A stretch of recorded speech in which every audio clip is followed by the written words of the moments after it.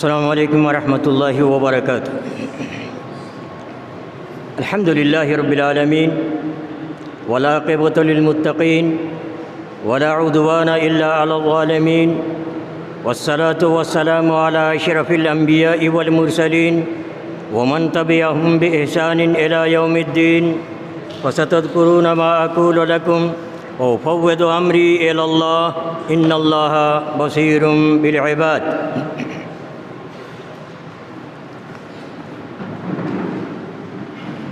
محترم اساتذہ کرام، مہمانان گرامی، عزیز طلبہ، یہ انتہائی خوشی کی بات ہے کہ آج آپ لوگوں کے سامنے، آپ لوگوں کی خدمت میں، آپ لوگوں کے روبرو جامع صحیح البخاری کی دوسری جلد کتاب المغازی کے وہ باب میں نے انتخاب کیا ہے اور درس بھی یہی چل رہا ہے۔ اور آج کے اس حالت حاضرہ میں جو حالات ہیں ہمارے ہندوستان کے، جو ہمارے اس بھارت کے بھارت واسیوں نے ہمارے نبی پر جو کیچڑ اچھالے ہیں، آپ پر سب و شتم کیا ہے، آپ کی ہتک کی ہے اور آپ کے ساتھ ناروا گستاخیاں کی جا رہی ہیں، اسی ضمن میں اس باب کو میں نے انتخاب کیا ہے تاکہ دور حاضر کے مطابق بھی ہو جائے اور طلباء کو یہ سبق بھی ملے کہ نبی کریم صلی اللہ تعالیٰ علیہ وسلم نے ہمیں کون سی تعلیم دی تھی، جس تعلیم کو پا کر کے آج ہم نبی کریم صلی اللہ علیہ وسلم کی سنت پر چل کر کے اپنے آپ کو کامیاب کر سکتے ہیں۔ یہ باب ہے جس کا میں نے انتخاب کیا ہے، وہ باب قتل کعب بن الاشرف الیہودی لعنہ اللہ علیہ۔ میں نے اس باب کا انتخاب اسی لیے کیا ہے تاکہ آج کے حالات سے یہ میل کھا جائے، تطابق ہو جائے، اور ہمارے جو افراد ہیں، ہمارے جو طلباء ہیں، ہمارے جو طالب علم ہیں، جو پڑھنے والے ہیں، جو اساتذہ ہیں، جو مہمان گرامی ہیں، ان کو بھی یہ سبق ملے کہ ہمارے نبی آج سے 1450 سال پہلے یہ سبق دے کے گئے تھے کہ نبی کی جو ہتک کرے گا اس کی سزا قتل ہے، اس کے سوا کوئی دوسری سزا نہیں۔ اور اس حدیث میں بھی یہی بات بتائی گئی ہے۔ یہ کعب بن الاشرف من ہو، یہ ہے کون، من این ولد وعین نشا وما الذی فعل فی حیاتہ۔ یہ کعب بن الاشرف یہ کون ہیں، کہاں پیدا ہوئے، کہاں سے آئے، اپنی زندگی میں کیا کیا انہوں نے، اور نبی صلی اللہ علیہ وسلم کے ساتھ کون سی حرکتیں انہوں نے کی، مسلمانوں کے ساتھ کیسا برتاؤ کیا انہوں نے۔ کعب بن الاشرف یہودی، یہ قبیلہ طے کے رہنے والے، اس کا شاط بنو نبھان، اسی قبیلے میں یہ پیدا ہوئے۔ ان کے باپ نے زمانہ جاہلیت میں ایک انسان کا خون کیا تھا اور اپنے علاقے سے بھاگ کر کے اور یہاں مدینہ منورہ وہ آئے اور بنو نذیر سے انہوں نے بنو نذیر کو اپنا حلیف اور دوست بنا لیا اور یہیں بود و باش اختیار کر لیا، اور اسی اشرف سے اور جو جنسی عورت سے ابو الحقیق کی بیٹی عقیلہ سے انہوں نے شادی کی اور انہی سے یہ اشرف پیدا ہوا، یہ کعب پیدا ہوا۔ یہ اشرف کا بیٹا ہے اور یہ یہودی کی اولاد ہے۔ انہوں نے مدینے میں سازشیں شروع کی اور اپنی سازش پہ یہ رواں دواں رہے، جد و جہد کرتے رہے کہ مسلمانوں کو سرنگوں کیا جائے، مسلمانوں کو نست نابود کر دیا جائے، مسلمانوں کو ہلاک و برباد کر دیا جائے اور دنیا سے ان کو مٹا دیا جائے۔ یہ سازش تھی کعب بن الاشرف کی، اور مدینے میں اس کا قلعہ ابھی بھی موجود ہے جو ٹوٹا پڑا ہوا ہے، بنو نذیر کے باغ کے پیچھے ان کا وہ قلعہ ابھی تک موجود ہے کعب بن الاشرف کی۔ تو وہاں سے یہ سازش شروع کی۔ جب غزوہ بدر ہوا، غزوہ بدر ہوئی اور غزوہ بدر میں جب شکست کھائے مکہ والوں نے، اور جب کعب بن الاشرف کو یہ خبر دے دی گئی کہ کعب محمد صلی اللہ علیہ وسلم کی کامیابی ہوئی اور مٹھی بھر مسلمان بڑے سے بڑی جماعت کو شکست دے کر کے مال و غنیمت کے ساتھ اور 70 آدمی کو قتل کر کے یہ مدینہ واپس آ گئے۔ کعب بن اشرف نے کہا کہ ہاں یہ بات ہے، کیا یہ حقیقت ہے؟ ان کو یقین نہیں آ رہا تھا کہ محمد صلی اللہ علیہ وسلم اور آپ کے مٹھی بھر ساتھی 1000 کو اور 70 کو تہے تیگ کر کے 70 کو قید کر کے اور پھر غنیمت کے مال کے ساتھ اور قیدیوں کے ساتھ مدینہ واپس آئے۔ بڑی کلک ہوئی ان کو، اور جب یقین کے ساتھ ان کو خبر مل گئی کہ نبی کریم صلی اللہ تعالیٰ علیہ وسلم کامیاب ہو گئے، تو انہوں نے کہا اب ہم لوگوں کے لیے زمین کا شکم زیادہ بہتر ہے بنسبت زمین کے پشت کے، یعنی ہم لوگوں کو مر جانا زیادہ بہتر ہے، زندہ رہنے سے کوئی فائدہ اب نہیں، چونکہ محمد صلی اللہ علیہ وسلم نے ہم لوگوں کو شکست دے دی۔ اور پھر نبی کریم صلی اللہ تعالیٰ علیہ وسلم کے خلاف سازشیں شروع کی۔ مدینہ سے مکہ چلے گئے۔ مکہ جانے کے بعد انہوں نے قریشیوں کو، مشرکین کو ورگلایا اور ان کے مقتولین کا جو غزوہ بدر میں قتل کیے گئے تھے ان کی تعریف کر کے، ان کی رسا کر کے اور ان کے ساتھ سب کچھ کر کے تعریفیں بیان کر کے ان لوگوں کو ورگلا رہے تھے اور محمد صلی اللہ علیہ وسلم کے خلاف ابھار رہے تھے کہ ان سے جنگ کرو اور ان کو تہہ تیگ کر دو، دنیا سے ان کو مٹا دو۔ یہ بات آگے بڑھتی چلی گئی اور یہ مکہ کے قریشیوں کے ساتھ، مشرکوں کے ساتھ مل کر کے ابو سفیان نے ان سے پوچھ دیا کہ بتاؤ، میں ایک بات تم سے پوچھتا ہوں اشرف، یہ کعب تم سے میں ایک بات پوچھتا ہوں، بھلا یہ بتا دو کہ ہمارا دین زیادہ بہتر ہے محمد صلی اللہ علیہ وسلم کے دین یا ان کے ساتھیوں کا دین جو محمد صلی اللہ علیہ وسلم کے ساتھ ہیں ان کا دین زیادہ بہتر ہے؟ کعب بن اشرف نے کہا دیننا اہدی من دین محمد، نبی کریم صلی اللہ تعالیٰ علیہ وسلم کے دین سے تمہارا دین زیادہ بہتر اور زیادہ راہیاب ہے۔ اس وقت یہ آیت نازل ہوئی، سورہ نساء کی آیت نمبر 51۔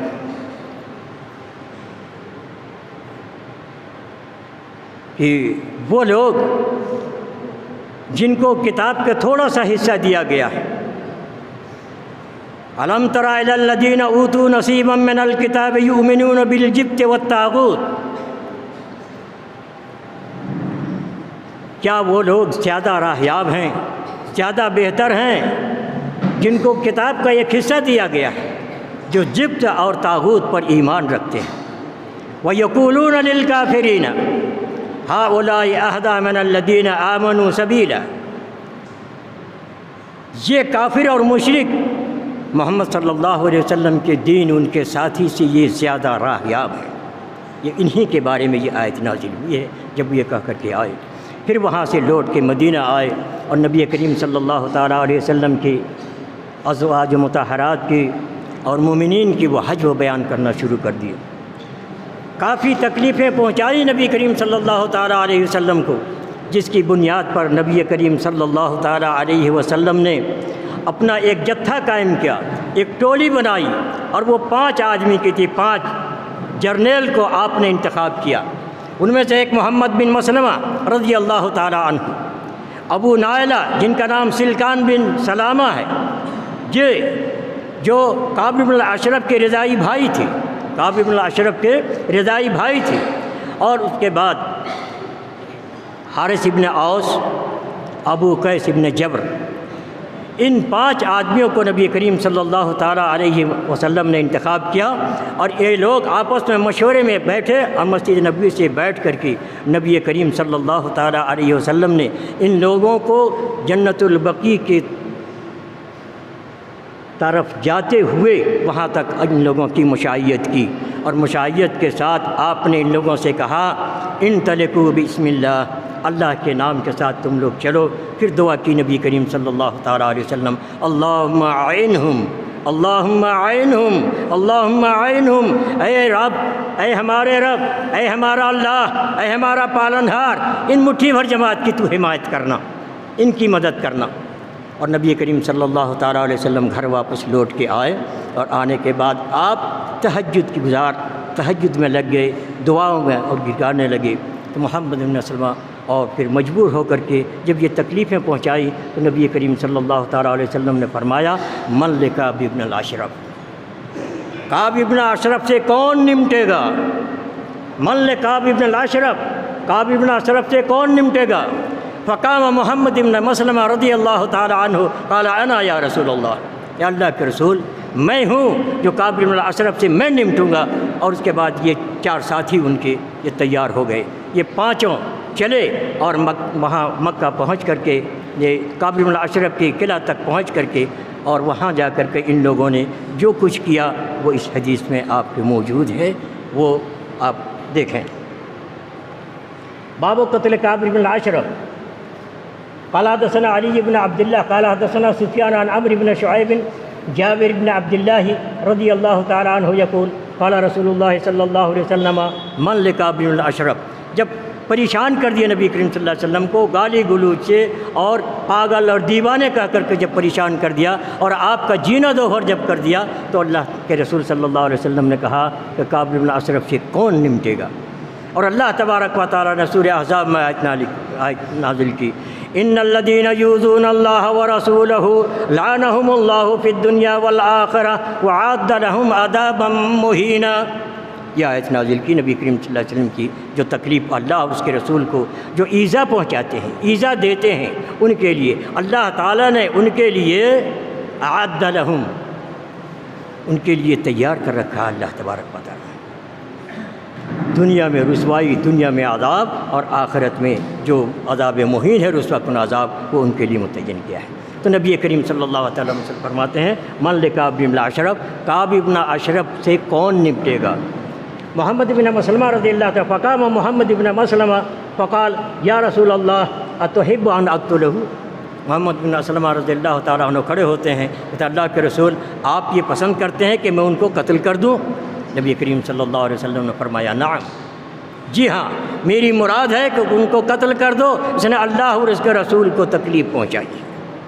عاد اللہ و رسولہ، اللہ اور اس کے رسول کی انہوں نے اذیت دی ہے، لہذا وہ دنیا میں جینے کا حق نہیں۔ کعب بن اشرف نے یہی کہا تھا کہ جب غزوہ بدر میں وہ لوگ 70 کو قتل کیا اور 70 کو گرفتار کر کے لائے تو انہوں نے کہا تھا کہ زمین کا شکم ان کے لیے بہتر ہو گیا ہے زمین کے پشت سے، اب وہ زمین کے پشت میں وہ جا رہے ہیں، ان کے لیے بہتر وہی ہے کہ دنیا میں تم جینے کا حق نہیں رکھتے ہو، اس لیے کہ رسول اور اللہ تبارک و تعالیٰ کو تم گالی دیتے ہو۔ تو نبی کریم صلی اللہ تعالیٰ علیہ وسلم کی اس قول کے جواب میں کہتے ہیں اقتلہ، قال نعم، کیا جی ہاں انہیں آپ قتل کر دیے، قال فأذن لی اقول شیئا، آپ مجھے اجازت دے دیجئے کہ میں ان سے کچھ کہوں، کعب بن اشرف سے جا کر میں کوئی بات کہوں، جب تک انہیں میں اپنا گرویدہ نہیں بنا لوں گا تب تک وہ تیار ہم کو وہاں بیٹھنے نہیں دے گا اور نہ ہم سے باتیں کرے گا، کچھ کہنے کے لیے مجھ کو اجازت دے دیجئے۔ نبی کریم صلی اللہ علیہ وسلم نے فرمایا قل، کہو جو چاہو، تمہیں اجازت ہے جو چاہو تم کہو۔ نبی کریم صلی اللہ تعالیٰ علیہ وسلم نے فرمایا کہ اقول شیئا قال قل، فأتاہ محمد بن مسلمہ رضی اللہ تعالیٰ عنہ ان هذا، کہا کعب بن اشرف سے ان هذا الرجل، اشارہ کیا محمد صلی اللہ تعالیٰ علیہ وسلم سے کہ ان هذا الرجل، یہ محمد صلی اللہ علیہ وسلم جو اپنے آپ کو نبوت کا دعویٰ کیا ہے، اب نبی کریم صلی اللہ علیہ وسلم کے تھوڑی سی یہ برائی بیان کر رہے ہیں تاکہ کعب بن اشرف ہمارے طرف مائل ہو جائے اور محمد صلی اللہ تعالیٰ علیہ وسلم کی جانب سے ان کا دل اٹھ جائے، ان کا رجحان ہی ختم ہو جائے اور ہمارے طرف اس کا رجحان ہو جائے، جو میں کہہ رہا ہوں وہ اس کے سننے پہ تیار ہو جائے۔ ان هذا الرجل قد سألنا صدقۃ، یہ آدمی مجھ سے صدقہ کا مطالبہ کرتے ہیں، اور حال یہ ہے کہ ہم لوگ فاقہ کشی کے عالم ہیں، ہم لوگ فاقہ کشی کے عالم میں، کھانے پینے کا کوئی سامان نہیں، بال بچے ہمارے پریشان ہیں، اور ایسے عالم نے یہ ہم سے وہ صدقہ مانگ رہے ہیں۔ اور کیا کہا آگے، وَإِنَّهُ قَدْ أَنَّانَا، ہم لوگوں کو بڑے مشقت میں ڈال رکھا ہے، انانا ہم لوگوں کو بڑے مصیبت میں یہ ڈال رکھا ہے، پریشانیوں میں ڈال رکھا ہے۔ کعب بن اشرف یہودی نے اس وقت کہا تھا ہے نا، وَإِنِّي قَدْ آتَيْتُكَ، اس وقت یہ جواب دیا تھا کعب بن اشرف نے کہ ابھی کیا بات ہے، تم لوگوں کو اور یہ پریشان کریں گے اور تمہیں یہ تھکائیں گے اور تھکا کر کے تم کو پریشان کر دیں گے۔ محمد بن مسلمہ رضی اللہ تعالیٰ عنہ نے کہا اب ہمیں کیا کرنا ہے، جب ہم ان کی اتباع کر چکے ہیں، ان کی بات مان چکے ہیں تو ہم ان کو چھوڑ بھی نہیں سکتے ہیں، اور اس وقت تک ہم انتظار کریں گے کہ ان کا نتیجہ آخر ہوتا کیا ہے، اس نتیجے تک ہم انتظار کریں گے، اور انتظار کرنے کے بعد تب ان کو ہم چھوڑیں گے۔ ہاں ایک بات لیکن مجھ سے سن لو، ایک بات میں کہنا چاہتا ہوں۔ محمد بن مسلمہ رضی اللہ تعالیٰ عنہ نے کعب بن اشرف سے کہا کہ اے کعب، میں آپ سے کچھ اناج اور کچھ غلہ چاہتا ہوں، 1 وسق یا 2 وسق مجھ کو غلہ دے دو، میں اس کے لیے آیا ہوں۔ تو انہوں نے کہا کہ کوئی چیز رہن رکھ دو میرے پاس، اترہنونی شیئن، کوئی چیز رکھو گے ہمارے پاس رہن میں کہ ما تحب۔ محمد بن مسلمہ رضی اللہ تعالیٰ عنہ نے کہا آپ کو کون سی چیز پسندیدہ ہے؟ کعب بن اشرف یہودی یہ خبیث النفس نے کہا کہ تم اپنی عورتوں کو ہمارے پاس رہن رکھ دو۔ خباثت یہیں سے ظاہر ہوتی ہے کہ نبی کا کتنا بڑا یہ دشمن تھا، نبی کے ماننے والوں کی بیویوں کو اپنا خادمہ اور غلام بنانا چاہتی تھی، باندی بنانا چاہتی تھی۔ کانرہنونی نساءکم، تم اپنی بیویوں کو ہمارے پاس رہن میں رکھ دو، گرو رکھ دو، ہم ان سے استفادہ کریں گے۔ محمد بن مسلمہ رضی اللہ تعالیٰ عنہ نے کہا کہ ہم اپنی بیویوں کو کیسے تمہارے پاس رہن رکھیں گے؟ وانت اجمل العرب، سب سے خوبصورت عرب میں تم ہی ہو، اور تم ہماری بیویوں کو کیسے رکھو گے تم اپنے رہن میں؟ وانت اجمل العرب، سب سے زیادہ خوبصورت تم ہو۔ تب اس نے کہا کہ تم اپنے بیٹوں کو رکھ دو رہن میں۔ کہا ہم اپنے بیٹوں کو تمہارے پاس رہن میں کیسے رکھ دیں گے؟ لوگ ہمیں آر دلائیں گے کہ دیکھو 1 وسق یا 2 وسق کے بدلے میں تمہارے باپ دادا نے رہن میں رکھ دیا اور تم غلام بن کر کے رہے، یہ بڑی ہمارے لیے آر کی بات ہوگی، میرے لیے آر اور شرمندگی کی بات ہوگی۔ یہ کہہ کر کے محمد بن مسلمہ رضی اللہ تعالیٰ عنہ نے کہا نرید ان نرہنک اللامہ، میں چاہتا ہوں کہ آپ کے پاس رہن میں اپنا ہتھیار رکھ دو، سامان رکھ دو، اپنا تلوار ہو، نیزہ ہو، بھالا ہو، یہ ہم آپ کے پاس رکھ دیں گے۔ راضی ہو گیا کہ ٹھیک ہے رکھ دو۔ اب اتنی بات کہنے کے بعد محمد بن مسلمہ کو یہ اب یقین ہو گیا کہ ہم نے ان کو اپنے فیور میں لے لیا ہے، ہماری بات کو یہ ماننے والا ہے۔ ادھر ابو نائلہ رضی اللہ تعالیٰ عنہ کھڑے ہیں۔ ابو نائلہ انہوں نے بھی وہی جا کر کے گزارش کی کہ ہمارے میں بھی کوئی ضرورت ہے۔ رات میں گئے اور جانے کے بعد کچھ باتیں کرنے لگے آپس میں، کچھ شعر و اشعار سنانے لگے اور بیٹھے رہے، اور اس کے بعد بات کرتے کرتے انہوں نے کہا کہ اشرف بھائی ایک بات میں آپ سے کرنا چاہتا ہوں، وہ کہ ہمیں کچھ اناج دے دیجئے، 1 وسق یا 2 وسق۔ بھئی جو محمد بن مسلمہ رضی اللہ تعالیٰ عنہ نے عرض کی تھی وہی بات انہوں نے پیش کی، اور اس کے بعد جب راضی ہو گئے تو پھر انہوں نے کہا کہ ہمارے کچھ اور ساتھی ہیں، ہماری طرح وہ بھی محتاج ہیں، میں چاہتا ہوں ان کو بھی اپنا ساتھ لے کر کے آؤں اور انہیں بھی ان کے ہاتھ بھی کچھ تم بیچو۔ یہ کہنے کے بعد محمد بن مسلمہ اور ابو نائلہ جو کعب بن اشرف کی رضائی بھائی تھے اور یہ ماموں کے بھائی تھے، محمد بن مسلمہ کعب بن اشرف کے ماموزاد تھے، یہ دونوں اکٹھا ہو کر کے، اور پھر عباد بن بشر، حارث ابن اوس اور ابو قفص ابن جبر، یہ 5 آدمی اکٹھا ہو کر کے رات چاندنی رات میں یہ چلے اور کعب بن اشرف کے قلعہ کے پاس جا کر کے کھڑے ہو گئے، اور ابو نائلہ نے بڑے تیز آواز میں پکارا یا کعب بن اشرف، زور سے آواز دی، انہوں نے سنا، اور سننے کے بعد وہ اپنے مالا خانہ سے اترنے کے لیے تیار ہو گئے، آنے لگے۔ ان کی نئی نویلی دلہن تھی جو ان کے پاس موجود تھا، جیسے یہ کھڑا ہوا فجبز صوبہ، اس کا کپڑا پکڑ کے کھینچ لی کہ این ترید این تذهب، کہاں جانا چاہتے ہو، کیا ارادہ ہے تمہارا، ایسے رات کے وقت تم کہاں جانا چاہتے ہو؟ یہ آواز جو آئی ہوئی ہے، اس آواز سے ہمیں خون کی بو آ رہی ہے، اس میں شر ہے، فی ھذا الصوت شر، اس آواز میں مجھے برائی نظر آ رہی ہے۔ اور دوسری روایت میں سمعت فی ھذا الصوت شم دم، خون کی بو میں سونگ رہی ہوں اس سے، اس لیے تم مت جایا کرو۔ تو کعب بن اشرف نے کہا کہ جانتے ہو کس نے مجھ کو پکارا ہے؟ یہ ابو نائلہ ہے جو میرے رضائی بھائی ہیں، میرے رضائی بھائی ہیں، اور اگر کوئی آدمی مصیبت کے وقت نیزے کی طرف مجھے جانے کی دعوت دیتے میں اس کی دعوت کو قبول کرتا ہوں، اس لیے کہ میں محارب ہوں، میں لڑاکو ہوں، میں لڑنے والا انسان ہوں، میں ڈرتا نہیں ہوں۔ اور اس کے بعد وہ نیچے اتر کے چلے آئے، اور خوشبو اتنا استعمال کیا تھا، وہ خوشبو اتنے زیادہ استعمال کیا تھا کہ خوشبو سے اتنی وہ خوشبو پھیل رہی تھی پورے کے پورے۔ نیچے آئے، آنے کے بعد پھر ساتھ چلے، اور چلتے چلتے ابو نائلہ نے کہا کہ چلو ہم لوگ باغ عریس میں جائیں،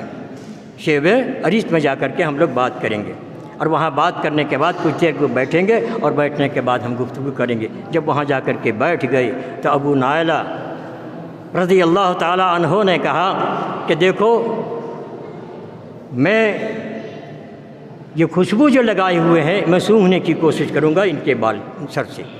اور جب میں سونگھنے کی کوشش کروں گا تو ایک مرتبہ نہیں، دو مرتبہ نہیں، تین مرتبہ انہوں نے کوشش کی۔ پہلی مرتبہ کہا کہ کعب بھائی آپ خوشبو ان کو سونگھنے دیں گے، بڑی بہترین خوشبو ہے۔ کہا آپ خوشبو کیوں نہیں میرے پاس اتنی زیادہ لگی؟ انا عندی اعطر النساء، میرے پاس سب سے زیادہ خوشبو استعمال کرنے والی بیوی میرے پاس ہے۔ اب وہ میری بیوی کی خوشبو ہے جو میں لے کر کے آئی، اور یہ مشک کے برادے کو وہ اپنے بدن میں پورے استعمال کرتے تھے، مشک کے برادے کو استعمال کرتے تھے، اتنی زیادہ خوشبو ان کو وہ استعمال کرتے تھے۔ تو ابو نائلہ رضی اللہ تعالیٰ عنہ بیٹھے، اور بیٹھنے کے بعد انہوں نے ان کے سونگھنے کی کوشش کی، اور بال میں ہاتھ کو ڈالا، بال میں ہاتھ کو ڈالا، اور ڈالنے کے بعد سونگھ کے اس کے بعد پھر چھوڑ دیا، چونکہ مکمل طور پر ابھی وہ اپنے قابو میں اور کنٹرول میں نہیں کیا تھا۔ دوسری مرتبہ پھر کہا یا اشرف اسم مرۃ ثانیہ، کیا آپ اجازت دیں گے کہ دوسری مرتبہ ہم آپ کے بال کو سونگھیں؟ کہا جی ہاں سونگھ سکتے ہو۔ تیسری مرتبہ سونگھا، اس کے بعد مضبوطی کے ساتھ پکڑا، اور ابو نائلہ نے اپنے ساتھیوں سے یہ کہہ رکھا تھا کہ جب مضبوطی سے میں پکڑ لوں گا، اذا استمکنت فدونکم، جب میں اچھی طرح اس کو پکڑ لوں گا تو ان کو تلوار سے مار دینا، دونکم عدو اللہ، اللہ کے اس دشمن کو تم پکڑ کر کے قتل کر دینا۔ جب مطمئن ہو گیا تو آپ نے فرمایا دونکم عدو اللہ، اللہ کے دشمن کو قتل کر دو۔ بیک وقت تلوار چلی، 4 آدمی کی تلوار چلی بیک وقت، لیکن تلوار کارگر نہ ہو سکی، اور اب محمد بن مسلمہ رضی اللہ تعالیٰ عنہ نے دوڑ کے اپنے پھاوڑے کو اٹھایا، اور اٹھانے کے بعد ان کے انی کو لگانے ان کے ناف میں، اور اس کے بعد اس کے اوپر چڑھ کے کھڑے ہو گئے، اور کچھ سے نیچے تک وہ گھس گیا، اور اس کے بعد وہ مر کے ڈھیر ہو گیا۔ اس کے بعد ابو نائلہ اور محمد بن مسلمہ رضی اللہ تعالیٰ عنہ وہیں بیٹھ کر کے انتظار کرنے لگے کہ جب تک کہ اس کی موت کی خبر نہیں آئے گی تب تک ہم یہاں سے ٹلیں گے نہیں۔ اور دیکھا کہ رات کے وقت آواز لگائی انعا اشرف، کعب بن اشرف کے لیے انہوں نے موت کی خبر دی، اور اتنی زور سے چیخ آئی کہ محلے میں جتنی بلڈنگیں تھیں کہیں ایسی نہیں کہ چراغ روشن نہ کیا ہو اور لوگوں کے کانوں تک یہ آواز نہ پہنچی ہو، سب پریشان ہو گئے۔ تب محمد بن مسلمہ رضی اللہ تعالیٰ عنہ نے کہا فزت ورب الکعبہ، کعبہ کے رب کی قسم ہم کامیاب ہو گئے، اب یہاں سے چلو۔ اور اس کے بعد ابو ابس رضی اللہ تعالیٰ عنہ، جن لوگوں نے تلوار ماری تھی، اس تلوار کی ہڈی ان کے بدن میں لگ گئے تھے جس سے زخم ہو گئے تھے، خون بہت زیادہ ان کے بدن سے نکلا، اور وہ نحیف اور لاغر ہو گئے، اس کی وجہ سے وہ چل نہ سکتے تھے۔ یہ لوگ آگے بڑھے اور یہ پیچھے رہ گئے۔ جا کر کے دیکھا وہ باغ عریس میں، تو دیکھا کہ ابو ابس پیچھے رہ گئے ہیں، وہ آ نہیں رہے ہیں، تو وہ لوگ وہاں انتظار کیے۔ جب یہ لنگڑاتے ہوئے پاؤں کے نشانات کو دیکھتے دیکھتے وہاں تک پہنچے تو انہوں نے کندھے پہ اٹھایا اور نبی کریم صلی اللہ تعالیٰ علیہ وسلم کی خدمت میں جنت البقیع کے پاس پہنچے، اور وہاں سے پہنچنے کے بعد ان لوگوں نے نعرہ تکبیر کی صدائی لگائی، اللہ اکبر۔ نبی کریم صلی اللہ تعالیٰ علیہ وسلم نے آواز سنی اور آپ نے بھی ادھر سے کہا اللہ اکبر۔ نبی کریم صلی اللہ علیہ وسلم نے کہا یہاں کہ یہ تمہارے یہ کامیابی کی دلیل ہے، یہ چہرہ ہے کامیابی کی۔ ان لوگوں نے جواب دیا وہ وجوہ کا یا رسول اللہ، آپ کے چہرہ ہم سے زیادہ خوش ہونا چاہیے، آپ کی طرف جیسے آپ ہماری کامیابی ہے۔ یہ کعب بن اشرف کے کام کو تمام کیا، اور کعب بن اشرف اس دنیا سے رخصت ہوئے، نبی کریم صلی اللہ علیہ وسلم کے دشمن یہاں سے رخصت ہوئے۔ آئیے ذرا آپ دیکھیے ہمارے حالات حاضرہ میں، آج نبی کریم صلی اللہ تعالیٰ علیہ وسلم کے اوپر کیچڑ اچھالا جا رہا ہے، آپ کی ہتک کی جا رہی ہے، آپ کی ذات مبارک کو مخدوش کرنے کی ناپاک کوشش اور سازشیں کی جا رہی ہے، اب وہ بھی ایک بے حیا عورت جنہیں کوئی علم نہیں، شریعت کا کوئی ان کے لحاظ نہیں، انہوں نے ایک تھوڑی سی بات لے کر کے اور نبی کریم صلی اللہ تعالیٰ علیہ وسلم کو بدنام کرنے کی کوشش کی اور آپ کو عیاش کہا۔ اگر عیاش نبی کریم صلی اللہ تعالیٰ علیہ وسلم ہے تو آپ اپنے دیوتاؤں کو کیا کہیں گے جن کے پاس کروڑوں بیویاں ہیں؟